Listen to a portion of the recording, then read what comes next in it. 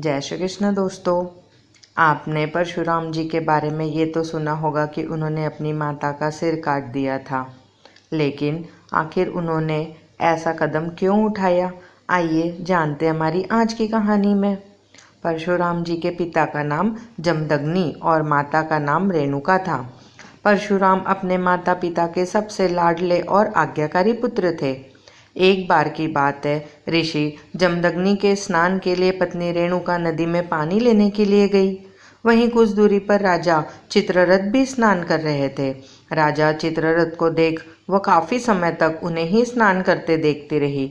उनका मन विचलित हो गया और वे भूल गई कि उन्हें अपने पति के लिए स्नान का पानी भी ले जाना था। काफी समय हो गया। महर्षि जमदग्नि पत्नी रेणुका की प्रतीक्षा में बैठे उनका इंतजार करते रहे।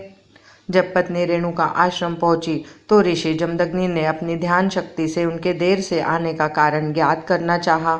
इससे उन्हें सब ज्ञात हो गया और महर्षि जमदग्नि अपनी पत्नी पर क्रोधित हो उठे।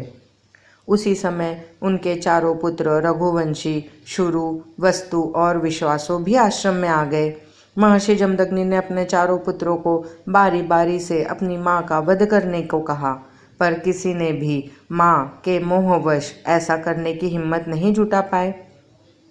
किसी ने भी पिता की आज्ञा को नहीं माना और सभी पीछे हट गए, क्योंकि हिंदू धर्म ग्रंथों के अनुसार किसी भी स्त्री की हत्या को बहुत बड़ा पाप माना गया है। यहाँ अपनी ही माँ का वध करने की बात थी, लेकिन पिता आज्ञा का विरोध करना भी एक बड़ा अपराध है। चारों पुत्र समझ नहीं पा रहे थे क्या करना उचित होगा। जब ऋषि के चारों पुत्रों ने उनकी आज्ञा को नहीं माना तो अपने चारों पुत्रों को चेतना, बुद्धि और विचार नष्ट होने का श्राप दे दिया उन्होंने। वहीं थोड़ी देर में परशुराम भी आश्रम में आ गए। परशुराम जी को देख महर्षि जमदग्नि ने उन्हें अपनी माँ की और चारों भाइयों का वध करने का आदेश दिया। अपने पिता की आज्ञा पाकर उन्होंने अपनी माता और चारों भाइयों का वध कर डाला। यह देख ऋषि काफी प्रसन्न हुए और परशुराम जी से वर मांगने के लिए कहा। परशुराम जी जानते थे कि उनके पिता बहुत बड़े ज्ञानी हैं और उन्हें सभी प्रकार की सिद्धियां प्राप्त है। उन्हें अपने पिता की बातों से पूर्ण अवगत था कि वह अपने पिता का आदेश मानेंगे तो उनके पिताजी उन्हें मुंह मांगा वरदान देंगे।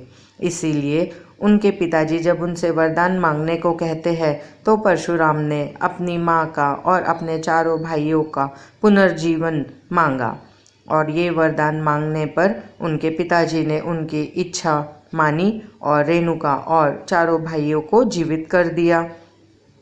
इस तरह परशुराम जी ने अपने पिता की आज्ञा भी मानी और अपनी माता और भाइयों को जीवित भी करा लिया। जय श्री कृष्ण दोस्तों।